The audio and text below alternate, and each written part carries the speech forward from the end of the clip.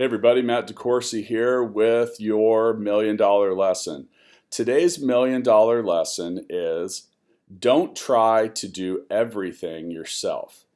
So when you start a business or you own a business, you have to learn how to do a lot of new things. Some of which are things that you're going to have to do often and are very much worth learning and doing yourself. There are other things that are best suited to be done by specific professionals or individuals, people with certifications, education, history, background that you probably don't have.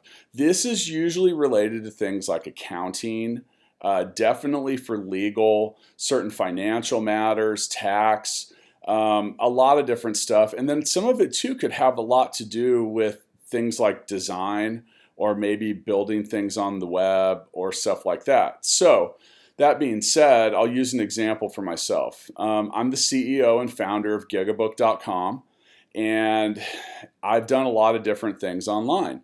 And I regularly get asked, am I a programmer?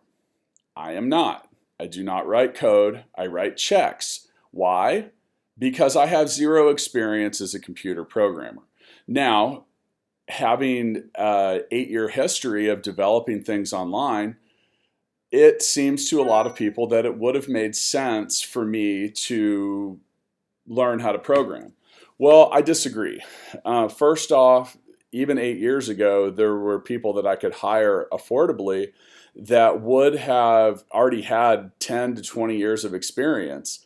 And with that, I just don't personally feel that my own temperament and skill set is best used as a programmer. I'm not particularly patient. And I don't understand that part of the world the same way that I do when it comes to things like sales or business or just general leadership stuff. So I deemed at some point that I was not going to learn actual coding. And I do understand a lot about how web platforms and different things work, but as far as administration and creation of the actual code for the websites, not my thing. Some other things too is, you look at a lawyer, and a lot of people are going to look at a lawyer who's going to charge, a good one's going to be $250 to $300 an hour. That's $5 a minute. So people hesitate to want to call. Now, the reason that professionals like this charge so much is because the amount of information and experience that they can convey to you in 15 to 30 minutes is amazing. And I have specific examples where I look back at the past and I think about the attorneys that I've used, and they have saved me tens and thousands of dollars through a 1 to 2 hour consultation.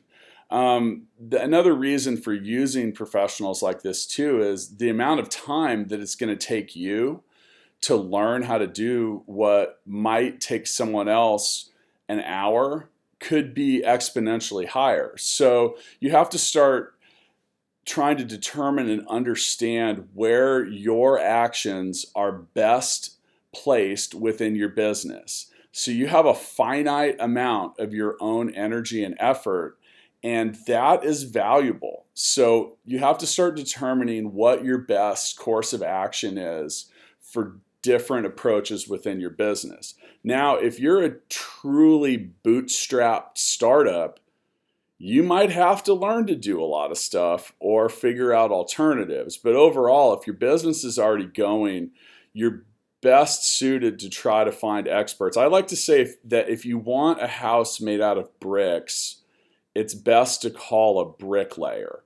So there's a lot of different examples for this, and I'm not going to get too far into it.